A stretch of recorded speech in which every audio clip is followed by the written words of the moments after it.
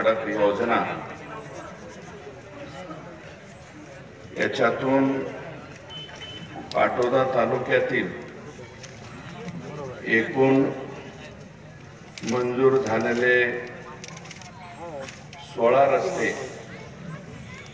आणि पंचायत समितीची मुख्य इमारत आणि कर्मचारी क्वार्टर्स आता थोडं थांबा मागचे लोक दोन्ही याचं भूमिपूजन, काही कामांचं लोकार्पण, इतर कामांचं भूमिपूजन, हे आवाज कमी कर रे बाबा, वाढू नको। या सर्व कार्यक्रमाचे सन्माननीय अध्यक्ष, या मतदारसंघाचे आमदार सन्माननीय भीमरावजी धोंडे साहेब, ज्यांच्या हस्ते हा कार्यक्रम होतोय, त्या आपल्या सर्वांच्या नेत्या, राज्याच्या नेत्या सन्माननीय पंकजाताई साहेब मुंडे या ठिकाणी उपस्थित, या तालुक्याच्या सन्माननीय सभापती सोनवणेताई, त्यांचे सर्व सहकारी, या गावच्या प्रथम नागरिक अनिताताई नारायणकर, त्यांचे सर्व सहकारी, जिल्ह्याचे अध्यक्ष, आम्ही बारे माऊलीवरती म्हणलं तुला आणि प्रकाश दादांना, तर या ठिकाणी जिल्ह्याचे अध्यक्ष श्री रमेश भाऊ पोकळे, त्यांचे सर्व सहकारी, श्री हांगे साहेब, आपल्या तालुक्याचे अध्यक्ष सुधीर भाऊ, जिल्ह्याचे उपाध्यक्ष मधुकरराव गर्जे, श्री संजय आसबे आणि स्टेजवरील सर्व या ठिकाणी उपस्थित, सर्वांचे नाव घेतले तर मला वाटतं खूप वेळ लागेल।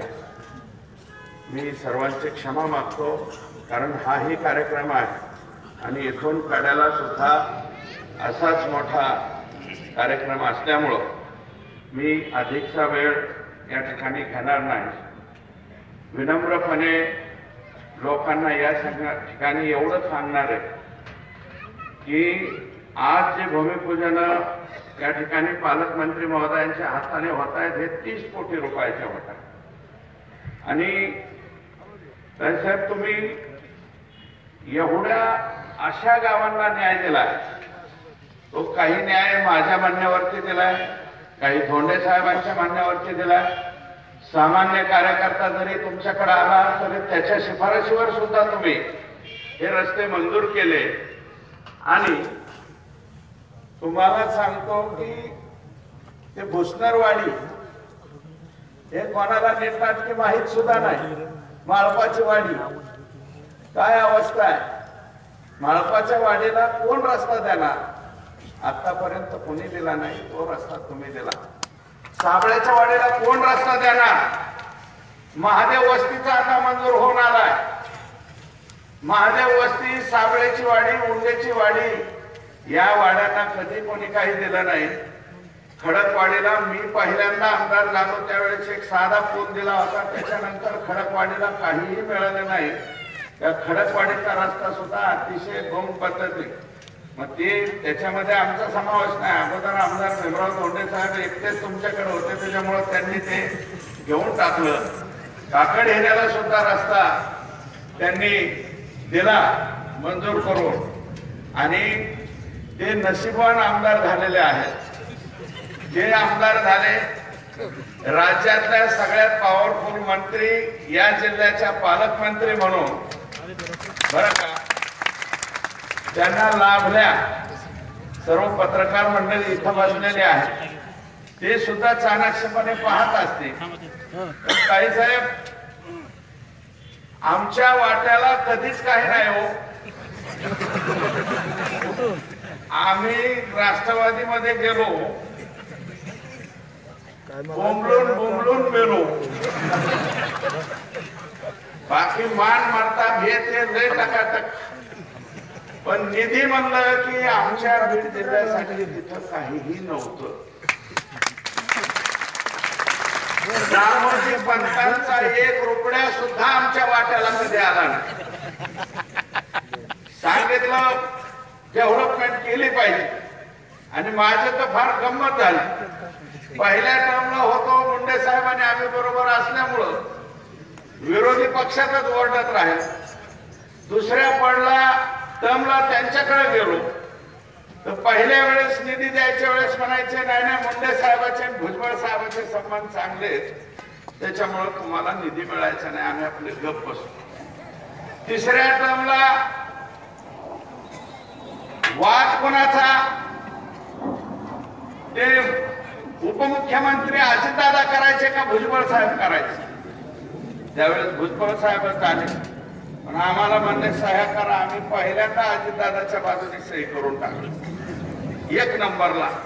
आणि मागं भुजबळ साहेबाचा पुतण्या बघत होता, ह्यांनी सही हाणली म्हणून. आम्ही सही केली. त्याच्यानंतर रस्त्याचा कागद घेऊन गेलं की भुजबळ साहेब म्हणायचे सही आणि म्हणायचे ओके बाहेर. आणि मी नशिबान धोंडे साहेबांना का म्हणतो की राज्यातल्या क्रमांक 1च्या पॉवरफुल मंत्री ज्या या जिल्ह्याच्या पालकमंत्री ग्रामविकास मंत्री झाल्या आणि नुसते प्रस्ताव त्यांनी दिले. मी म्हणत नाही मी केलं. पैठण ते पंढरपूर रस्त्याचे पूर्ण कागदपत्रे त्यांनी केली. पैठण पंढरपूरचा रस्ता खासदारताईंनी गडकरी साहेबांकडे गेले, त्यांनी तो मंजूर करून आणला. आता बघा ना, मांजरसुंबेवरून इकडे येताना रस्ता कसा येतोय. हा नुसता मांजरसुंबा ते पाटोदा 28 किलोमीटरचा रस्ता नाही. हा रस्ता अहमदपूर पार बॉर्डर पर्यंत हा संपूर्ण रस्ता केला.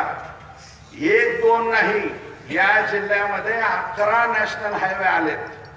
11 नॅशनल हायवे आलेत आणि त्याच्यामधले जवळपास 3-4 नॅशनल हायवे काय साहेब इथले आले. ह्या मतदारसंघामध्ये पाटोदा शहरातून हा पैठण पंढरपूरचा रस्ता या ठिकाणी जातोय. थोडंफार ऍक्विजिशन वगैरे राहिलं होतं, मला वाटतं ते सुद्धा झालंय.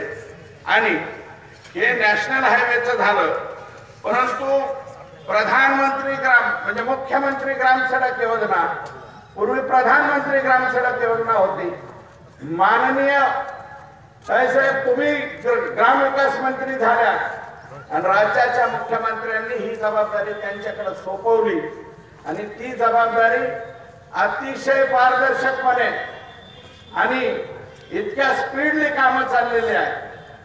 साहेब तुमचं आणि त्या विभागाचे इथले जे कोणी एक्झिक्युटिव्ह इंजिनियर, त्यांचे डेप्युटी इंजिनियर, ही टीम सुद्धा खूप चांगली आहे. त्यांचंही कौतुक करणं गरजेचं आहे. आणि शिफारशी बाबासाहेब गोडवाने बोलतोय ना मी, गोडवाने. आणि शिफारशी मागितल्या. सकुंडवाडी कुठे 200 मतदान नाही, त्या 200 मताच्या सकुंडवाडीला सुद्धा तुम्ही 96-97 लाख रुपये दिले. गांगणवाडीला ती शिफारस धोंडे साहेबांची. मी प्रत्येक गाव वगैरे म्हणत बसणार नाही, परंतु जिल्हा परिषदेचे सदस्य आज नाही तिथं. संजय नवले यांच्या गावाचा रस्ता, तो जवळवाडीचा रस्ता कधी झाला नव्हता. तो पहिल्या वर्षामध्ये हे रस्ते झाले. आणि एवढ्या चांगल्या पद्धतीनं सौंदाण्याचा रस्ता सुद्धा आम्ही कधी करू शकलो नाही. पण 2016च्या त्या अतिवृष्टीमध्ये एका गरीब माणसाच्या शेळ्या गेल्या म्हणून मी तिथं गेलो होतो. आता तो सुद्धा सौंदाण्याला सुद्धा तुम्ही पैसा दिला, महादेव वस्तीला पैसा दिला, कोणत्या म्हणून नाही, शिखरवाडीला सगळ्या गावांना, घुलेवाडीला रस्ता दिला. हे सगळे रस्ते ताईसाहेब तुम्ही मंजूर करून दिले. शिफारशी करणारे आम्ही नाम मात्र आहोत. शिफारशी तर आम्ही करणारच, आम्हाला हे पाहिजे ते पाहिजे, परंतु मंजूर करून देण्याला त्याला दानत लागते. आणि ती दानत तुम्ही प्रामाणिकपणे दाखवली, एवढ्या मोठ्या प्रमाणावरती दाखवली की आता आष्टी, पाटोदा, शिरूर सगळेच्या सगळे पंचायत समिती याला कधी बसायला सुद्धा नीटनाटकी जागा नव्हती. त्याला तुम्ही 4-4 कोटी 4.5 कोटी रुपये, पण किती वर्ष झालं स्वातंत्र्य मिळून, किती पालकमंत्री झाले नाही का, कधी पैसे एकदम एवढे मिळालेत का. फक्त मी लोकांना विनंती करतो की हे जे पैसे दिले जात आहेत योग्य पद्धतीने वापरले जात आहेत आणि MMGSYचे मुख्यमंत्री ग्रामसडकचे तर 100% चांगल्या पद्धतीने त्या ठिकाणी पैसे मिळत आहेत. काय साहेब तुम्ही नगरपंचायतीला समजा आम्हाला पहिल्यांदा 3 कोटी रुपये आता 5 कोटी रुपये दिले. फक्त विनंती एकच आहे की आता या तालुक्यामधली सुरुवातीला आम्ही म्हणलं सौताड्याहून पाणी आणावं, तिथं पुरणार नाही म्हणले. मग भायाळा तिथेही पुरणार नाही म्हणले. शेवटी भूम तालुक्यातला जो तलाव आहे त्या तलावावरून आम्ही प्रस्तावित केली पाटोदा शहराला आणि पाणी पुरवठा होणं गरजेचं आहे. म्हणजे पाटोद्याचं आणि मधुकररावचा वाद होणार नाही. तो आमचा जुनाच वाद आहे. त्याच्यामुळं महासांगवीकरांना वाटतं आम्हाला पाणी मिळावं, पाटोदावाल्यांना वाटतं आम्हाला पाणी मिळावं, सारगाव भुबराकरांना वाटतं आम्हाला सुद्धा आणि शेवटच्या म्हणजे सगळ्याच वाड्यांना वाटतं आम्हाला पाणी मिळावं.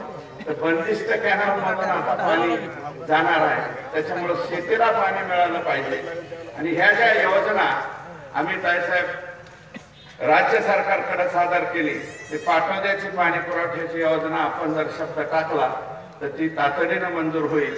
रस्ते आणि पाणी पुरवठा एवढे 2 मंजूर केले की या शहराला 100% चांगला आकार येणार आणि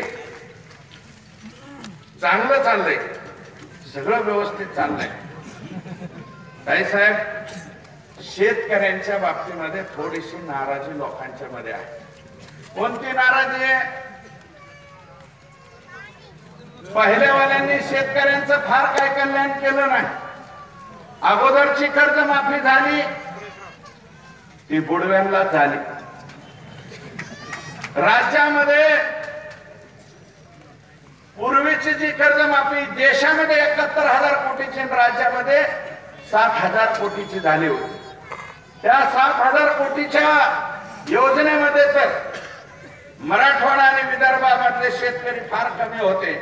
2.5 एकराच्या आतला शेतकरी अशा पद्धतीनं ती योजना होती आणि ते सुद्धा थकीत कर्जदारांना माफी झाली.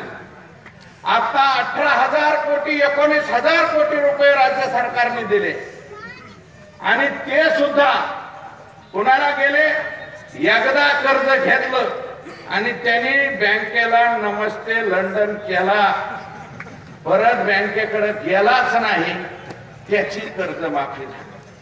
आणि म्हणून हे रेग्युलर कर्ज भरणारा शेतकरी म्हणतोय आयला ह्या बुडव्यांनाच दिलं, मला देत नाही, दिलं नाही. आणि ज्याला मिळालंय ती गप्प बसते.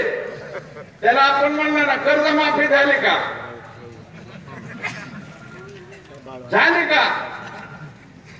ज्याला नाही मिळालं ते मात्र जेच ताशा घेत. कृषी विभागाच्या योजना सुद्धा चांगल्या आहेत, ऑनलाईन योजना झाल्या. फक्त एक त्रुटी येत आहे साहेब की यंदाच्या वर्षी ऑनलाईन अर्ज केल्याच्या नंतर जे शेतकरी उरतील ते पुढच्या वर्षी वेटिंग वरती राहायला पाहिजे. तसं न होता पुढच्या वर्षी परत एकदा त्याला ऑनलाईन करायला सरकार लावतंय. म्हणून लाभार्थी 225 आहेत, पण अर्ज करताना 1200 शेतकरी अर्ज करतो. ट्रॅक्टरच्या सबसिडीला म्हणा, कांदा चाळीला म्हणा, ह्या सगळ्या ह्याला आणि उर्वरित राहिलेला जो. आणि मग अर्ज करताना ऑनलाईन शेतकरी काय करतोय? घरातलेच सखारामचा अर्ज, तुकारामचा अर्ज, सखुबाईचा अर्ज, गोदाबाईचा अर्ज, सगळ्याचे अर्ज भरतो. त्याला वाटतं एकाचा तरी ह्या ड्रॉ मध्ये याचा नंबर लागल, म्हणून ती संख्या फार 1200 वर जाते. अर्ज मंजूर होते 225 आणि मग राहिलेले 1000 जे आहेत ते म्हणतात आमचं मंजूर झालं नाही. ही एक त्रुटी कृषी मंत्र्यांना सांगून आपण ती दूर करावी अशा प्रकारची एक विनंती आहे. काय साहेब रस्ते प्रचंड झालेले, अजून आता हुडकून तुम्ही आताच गाडीत मानले की हुडकून काढा काय राहील. आता हुडकून सगळे वाडी ह्या सगळ्या खालच्या वाड्या दिल्यात आम्ही तुम्हाला. मुंजार वस्ती सहित तुपेवाडी तुम्ही मंजूर केला, परंतु रायतेवाडी हा चौथाला तुकडम झाला तो बी दिलाय. गारमाळ वस्ती सहित दिला बरं का. आणि नाही ब्राह्मणवाडी सारख्या वाडीला सुद्धा रस्ता गेला पाहिजे. खरोखर अडचण हो ते तर द्यावाच लागणार.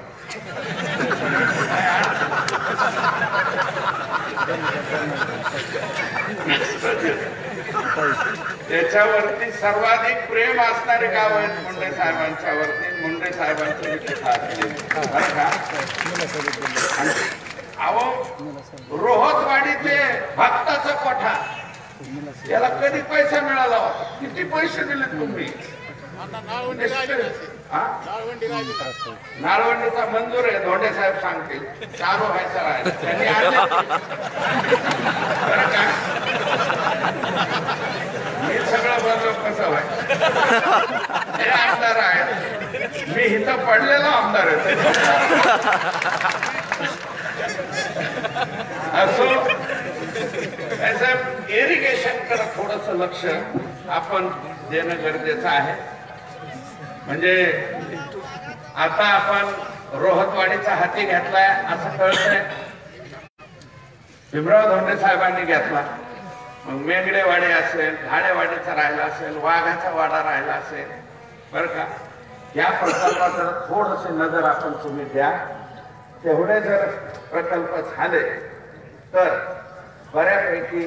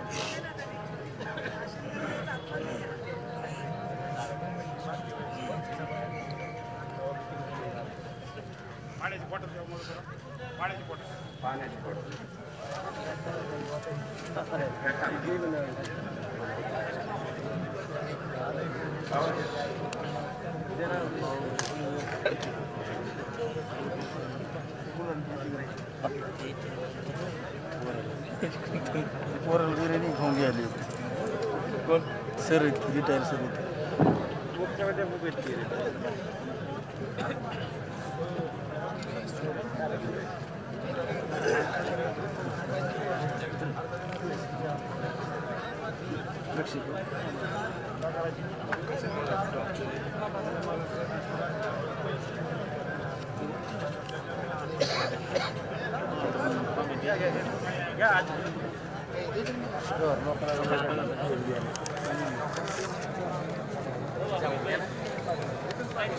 या ठिकाणी इरिगेशन कडे आपली थोडीशी नजर आपण आणि आमदार साहेब दोन्ही गरज पडली तर कागद गोळायला आम्ही बी आहे नाही असं नाही. परंतु ह्या प्रकल्प जर झाले तर ह्या तालुक्याचा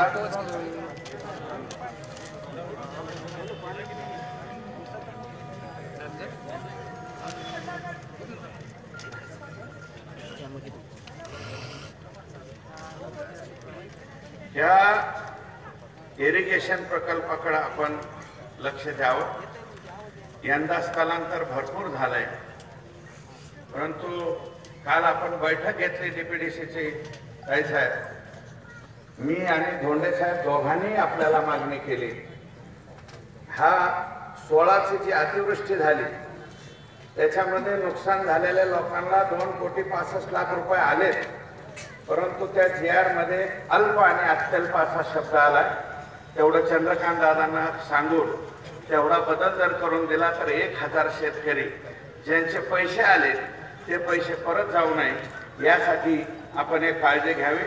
आणि तुमचा आभार मानतो. या बेलेवाडीचे 2 सांगतो ना मी, तेच बोलतोय ना पुढे. बेलेवाडीचे 2 भाया म्हणजे आपल्या म्हणजे वाड्यात बेनसूरच्या खाली घाटेवाडी, त्याच्यानंतर दासखेड इथले सगळे प्रकल्प तुटून गेले. आम्ही काल दोन्हीही आमदारांनी आपल्याकडे मागितलेली की हे जे सगळे पाझर तलाव फुटून गेलेले आहेत, हे फुटून गेलेले पाझर तलाव याला 2 कोटी रुपयाचा निधी आपण जर दिला तर हे फुटलेले तलाव, बांगरवाडी सुद्धा त्याच्यात आहे. हे सगळे मी 1-2 नाही 7-8 गावाचे, थेरला आहे, गाठेवाडी आहे, सगळ्या गावात हे जे फुटलेले तलाव आहे याला 2 कोटी रुपये आपण डीपीडीसी मधनं उपलब्ध करून द्यावेत. आणि छावण्या आपण कालच आदेश दिलेले आहेत, तर छावण्या आता सुरू कराव्या लागतील. आणि विनंती आहे ताईसाहेब, 5,000 जनावरांची छावणी, 3,000 जनावरांची छावणी आता शक्य नाही ह्या दुष्काळात. 150 ते 250 जनावरांची छावणी, जास्तीत जास्त 200 जनावरांची छावणी. जिथं कुठं शेतकरी मागतील तिथं परवानगी द्यायची आणि त्याला सहकारी संस्थाच असावी, आमची संस्था असावी अशी काही अट न ठेवता जो व्यक्ती जे 2 माणसं नॅशनलाइज बँकेमध्ये 1.5 लाख रुपयाचं डिपॉझिट करतील त्यांना 150 ते 200 जनावरांची छावणीची परवानगी तातडीने देऊन टाका. कारण आता 700 रुपयाला शेकड्याला भेळा चाललाय. 700 रुपये. मी काल माहिती घेतली, म्हणलं काय चाललंय, म्हणजे 700 रुपये शेकडे हो गेले. आता 700 रुपये शेकड्यावरचा भेळा जर खाऊ घालायचं म्हणलं तर मग मात्र लोकांना परवडणार नाही. आपण 25 तारखेला फायनल बैठक घेण्याचे सांगितलेलं आहे. कालच आपण जाहीर केलंय की 25 तारखेला सेपरेट दुष्काळाच्या संदर्भामध्ये याच्यातले GR काय काय असावे, याच्यामध्ये निकष काय काय असावे, अधिकचे निकष न लावता आणि येणाऱ्या मार्च महिन्याच्या नंतर आता कारखाने यायला सुद्धा सुरुवात होईल पुढच्या मार्च. आतापर्यंत आम्ही बी जास्त आग्रह धरला नाही. काय आपलेच काही लोक आहेत ज्यांचा ऊस उभा होता आणि ऊस उभा असताना निदान भेळेच्या नादाने तरी सावलीला काही गेली गेले, ऊस तुटून गेला. आमच्या जनावराला चारा होईल आणि दुसऱ्याचा ऊसही तुटेल, पण आता ऊसही तुटून गेलेला आहे. खाली हाती काही राहिलेलं नाही. जनावरांच्या छावण्या तातडीनं मंजूर करण्यासाठी माननीय चंद्रकांत दादा आपणही त्या कमिटीमध्ये आहात. आपण निर्णय घ्या आणि पुढच्या आठवड्यापासून 25च्या नंतर परवानगी द्यावी अशा प्रकारची विनंती करतो. आता ऊसतोडीला लोक गेलेतच, पण हाताला काम पाहिजे म्हणून काही लोक सरपंचाच्या दारात सुद्धा जायला लागले. तर मनरेगाची काम आपल्याकडे हे खातं होतं तोपर्यंत जोरात चालू, पण आता ते खातं जरा बंद पडल्यासारखं वाढलं. आणि सरपंच जनतेतून केला जायचा. तुम्ही पहिले तुम्ही 8 डेअरिंग मध्ये हे निर्णय घेणार, जनतेतून सरपंच केल्यामुळं बाकीच्या निष्ठेवर हात करूनच उभा राहिले. आता तुम्ही पालकमंत्री झाल्यापासून मुलींची संख्या वाढली, आता फार 950वर गेली. तुमच्या धाकच काही लोक येडवाकडं वागणार. हे मशीन फिशीनचा वापर करायचे ते सगळे बंद झाले. आता 1000च्या मागे फार 950वर गेले आकडा. पण मागच्या कालावधीत जे चुकीच्या पद्धतीने समाज वागला त्याच्यामुळं आताच्या सध्याची सोयरी बघायला गेलं की मुलीचा बाप म्हणतो माझ्याकडे फक्त पोरगीचे बरं का, बाकी काय नाही. आणि जेव्हा शपथ तसंच झालं ह्या जनतेतल्या सरपंचाच्या बाबतीत. सरपंच उभा राहिला की बाकीच्या कडे म्हणले आमच्या जवळ काय नाही, सगळं तूच केलं. ते केलं त्यांनी, ते आले अडचण ती अडचण तुम्हीच ग्रामविकास मार्फत या ठिकाणी सोडवली पाहिजे. आणि पंचायत समिती सदस्यांचं त्या दिवशी मीही तुमच्या बरोबर होतो औषाला, तिथेही अनेक सभापती तुम्हाला येऊन भेटले, पंचायत समितीचे सदस्य भेटले. आता हे मागं बसलेले तर ह्याच्यात माझा एक तुमचेच 5 आहेत, तुमचे आणि धोंडे साहेबाचे, आमचं एकच आहे. पण हे 6च्या 6 हळूच म्हणते की बाकीच्या लोकांना, जिल्हा परिषद सदस्यांना ताईसाहेबांनी 1-1 कोटी रुपये दिले. आमचे नगरपंचायतचे सदस्य म्हणजे सभापती सदस्य सुद्धा 50-50 लाखावर गेले.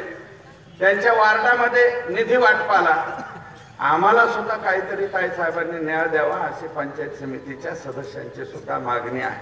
त्याच्या बाबतीत सकारात्मक विचार तुम्ही करावा, म्हणजे हे खातं तुमच्याकडे आल्यापासून लोक बळकट व्हायला लागले. त्यांचे हात बळकट होण्याची आवश्यकता आहे. आणि ग्रामपंचायतीचे विशेषतः साहेब सगळ्याच ग्रामपंचायती ह्या बहुतेक तुमच्या ताब्यामध्ये आहे आणि तुमच्याकडे असल्यामुळं त्या सर्वांची अपेक्षा सुद्धा कोणाकडून अपेक्षा वाढतात. जे काही देतच नाही त्याच्याकडे कोणी मागतच नाही. तुम्हाला का मागतात सगळे? अहो 25-15 हे नावाचं हेड काय हे सुद्धा माहित नव्हतं बीड जिल्ह्याला. आता गावातलं साधा माणूस सुद्धा म्हणतोय ते काय सांगू 25-15 मिळेल का? कोणाला फार वाड्या थोड्यात सुद्धा 25-15 माहिती व्हायला लागला. का माहिती व्हायला लागला? या जिल्ह्याला एकाही लोकप्रतिनिधीने कोणीच मागणी केली नाही. शाळा दुरुस्तीची फक्त यादी अधिकाऱ्यांकडून मागितली. तुम्ही 25 कोटी रुपये शाळा दुरुस्तीला दिले बीड जिल्ह्यात. 25 कोटी आणि 25 कोटी रुपये दिल्यामुळं ते बीजीचे बंधू आहेत. मुंडे साहेब असताना सगळ्यात जास्त मुंडे साहेबांची घोषणा देणारी व्यक्ती आहे. आवाज दाखवा बरं. महाराष्ट्राचे पोलादी पुरुष स्वर्गीय गोपीनाथरावजी मुंडे साहेबांचा